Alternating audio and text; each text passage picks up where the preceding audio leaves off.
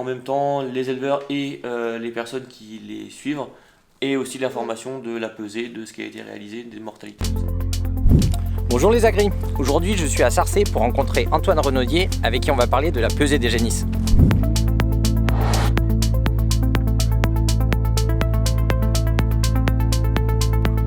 Chez Amélie, on va peser grosso modo les génisses tous les 2 à 3 mois en fonction de leur âge, donc le plus régulièrement possible justement pour suivre les croissances et ajuster les rations des différents lots. Voilà. Jusqu'au vélage pour être sûr d'atteindre aussi nos fameux 650 kg de poids vélage attendus. Voilà. Déjà à la naissance, le J0, ça va être notre point de départ de nos pesées génisses. La deuxième fois, ça va être aux alentours des 6 à 8 semaines d'âge pour pouvoir préparer le sevrage et une date de sevrage et anticiper la date de sevrage. La troisième pesée, ça va être aux alentours de 3 mois et demi, 4 mois pour valider en fait notre passage et notre alimentation, notre stratégie en post-sevrage, donc voir si voilà, on a un sevrage qui est suffisamment anticipé, des plans de rationnement qui sont corrects entre le sevrage et 4 mois. Et puis la quatrième fois, ça va être à 6 mois pour avoir justement notre fameux poids à 6 mois dont on entend parler. Ça va être aux alentours de 200 à 230 kg suivant l'objectif d'âge au vélage qu'on va avoir par la suite.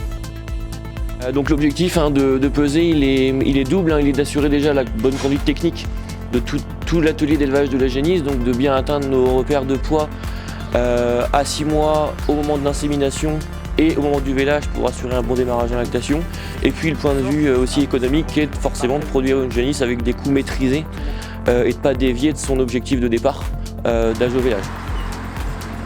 Les éleveurs ils vont avoir deux solutions pour peser leur génisse. La première, ça va être par un service externe, donc un prestataire qui va venir en fait en exploitation avec sa balance pour pouvoir peser l'ensemble des animaux d'exploitation, ou en autonomie comme ici dans l'exploitation, où en fait les éleveurs sont équipés de balance et grâce à un logiciel ou une application, ils vont pouvoir saisir leur poids individuellement par génisse pour pouvoir voir si les lots et les individus seuls sont aussi dans les courbes de croissance qu'on va avoir au préalable déterminées.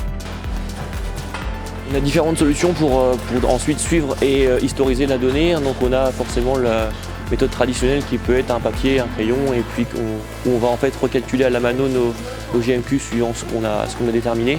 Et puis on a des applications qui sont aussi disponibles pour justement suivre ça, avec à la fois sur l'exploitation pour pouvoir par exemple anticiper, préparer des dates de sevrage en autonomie sur l'exploitation pour les éleveurs, et puis aussi pour nous où en fait l'application elle est connectée, ce qui me permet aussi par exemple de suivre les élevages en fonction de leur pesée et d'intervenir au moment pour ajuster les rations. Où on va avoir en fait dessus un planning, les fiches animales donc de chaque génisse, notre structuration de plan d'allaitement pour pouvoir préparer les différentes buvées dans la journée, la conduite alimentaire, saisir nos fameuses croissances. On va venir cliquer sur l'onglet croissance, on va avoir notre listing de génisses qui va s'afficher ici.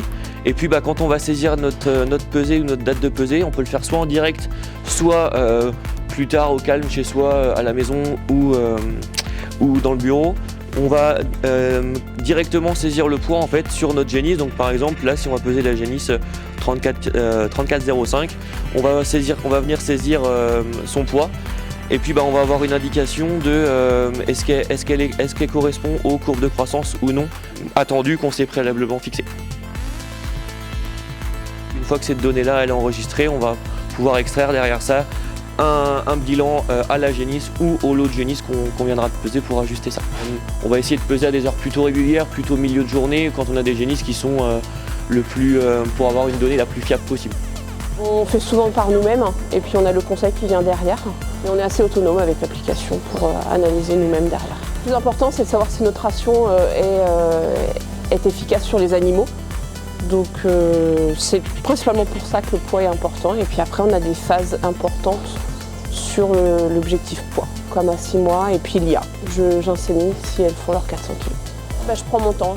Il y en a que je vais inséminer avant et puis d'autres, je vais attendre 3 semaines, 1 mois pour qu'elles reprennent en poids. Et puis surtout, le plus important, c'est de réadapter la ration si jamais on voit qu'il y a vraiment un problème de poids et de GMQ sur le lot. Ça fait donc 2 ans et demi qu'on a les génisses. La pesée est devenue indispensable.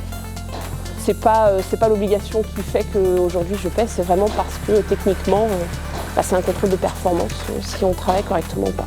Et derrière, économiquement, si notre ration n'est pas adaptée, on peut aussi la rajuster au plus juste prix, quoi, au plus juste coût.